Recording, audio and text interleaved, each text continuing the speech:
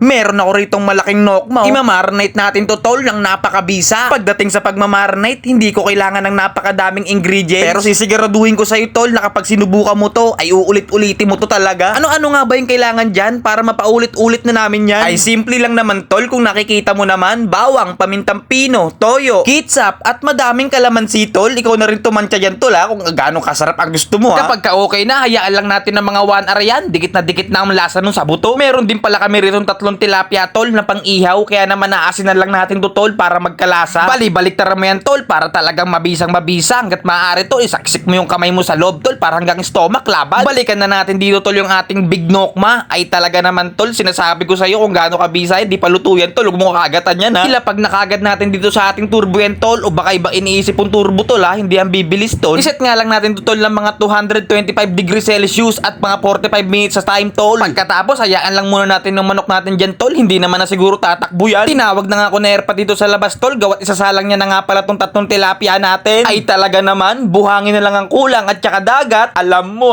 Sa sobrang lakas ng baga natin tol, hindi na tumagal tong tilapia natin. Talaga naman nagpabaliktad na kaagad. Ay talaga naman, may tatlong tilapia na ako rito mga utol. Sino magsiset dyan Dive na ako Gusto ko na mag-vertical sa tubig tol yung mayroon alon ba. Talaga naman, itago ko na nga lang tong tilapia ko tol. Ayaw nyo naman magyakagin. Nakalipas na pala ang 45 minutes nang hindi ko namamalayan. Ay tignan mo naman ang itsura niyan. Sa balat pa lang tol, gustong gusto mo nang tikman. Wag muna, babalik ta rin pa Iset lang ulit natin yan tol sa mga 40 minutes naman. Bawasan lang natin ng mga 5 minutes tol dahil inip na ako At dahil vlog nga to, syempre luto na yan tol. Kaya naman tara tol, buksan na natin to. Pagkabukas na pagkabukas, ay napagkabango. Napagkaganda ng texture Napagkasarap Gusto ko nang pilasin yung isang hita Abay kahit walang sauce, mapapasos. Mariosep ka talaga sa bisa niyan tol. Kitam kung gaano kabisa yan. Kaya wag ka nang umorder tol sa mga naglilitsyon manok. Ikaw ang gumawa ng sarili mong version.